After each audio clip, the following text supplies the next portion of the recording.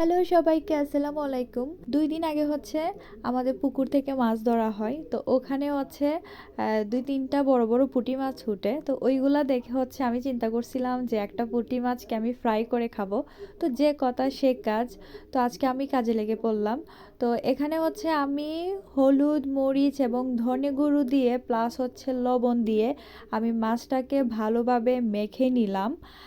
আর কি বলবো আপনাদেরকে, আমি ভাবছিলাম যে আমি ইউটিউব দেখে কিছু একটা কাজ করব, কিন্তু একদিন আগে আমার সাথে যা হলো, আমি আর ইউটিউবের কথা চিন্তা করি নাই। আমি আমার মতো করে ভালোবেসে কাজটা করতেছি, আশা করি বেশ ভালো হবে। তো মশলাটা হচ্ছে আমি ভালোভাবে মাছের গায়ে মেখে নিলাম। তো আবার আমি এখানে কি করতেছি, এক টুকরা লেবুর রস আমি এই মাছের গায়ে আবার দিয়ে দিচ্ছি এবং আবার আমি এই লেবুর রসটাকে মাছে মেখে নিব খুব ভালোভাবে। আর আমি 30 মিনিটের জন্য রেখে দিব। আচ্ছা, যারা কিন্তু আমার মতো জুস খেতে অনেক পছন্দ করেন তারা কিন্তু মার্কসের active school cookies and cream ফ্লেভারের এই জুসটা কিন্তু ট্রাই করতে পারেন। এই জুসটা খেতে অনেক মজা। আমি প্রথমবার খেয়েই এই জুসের একদম ফ্যান হয়ে গেছি।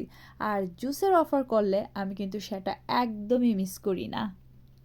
30 মিনিট হয়ে যাবার পর আমি আবারও চলে আসলাম। এখন তেলটা গরম করে মাছটাকে ফ্রাই করে নিব।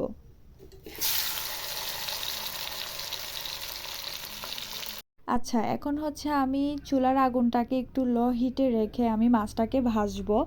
কারণ হচ্ছে নয়তো দেখা যাবে মাছের বাহিরের অংশটা ভাজা হয়ে যাবে কিন্তু ভিতরে কাঁচা থেকে যাবে। তাই আমি হচ্ছে চুলার আগুনটাকে একটু লো হিটে রেখেছি।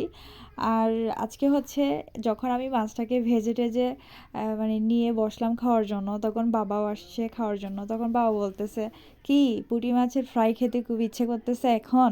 আমি বললাম যে জি। তখন আমার বাবা বলতেছে, ঠিক আছে, খাওয়া দাওয়া শেষ করে তারপরে আমার কাছে ৩০০ টাকা দিয়ে আসবা। আমি বললাম, কেন, টাকা কেন? তখন বলতেছে যে এটা যদি তুমি কোনো রেস্টুরেন্টে খাও, এই মাছের জন্য তোমার কাছ থেকে ৩০০ টাকা নিত। তার মানে কি বুঝলা? বাপের হোটেলে খাও তো, তাই টের পাও না। এইদিকে হচ্ছে আমার মাছটা প্রায় ভাজা হয়ে গেছে। তো এখন আমি হচ্ছে 2টা পেঁয়াজ হচ্ছে আমি কেটে নিছি কুচি কুচি করে।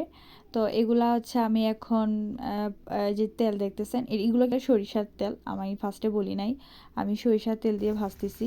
তো ভাবলাম যে লাস্টে একটু পেঁয়াজ দেওয়া যাক, তাহলে খেতে ভালো লাগবে।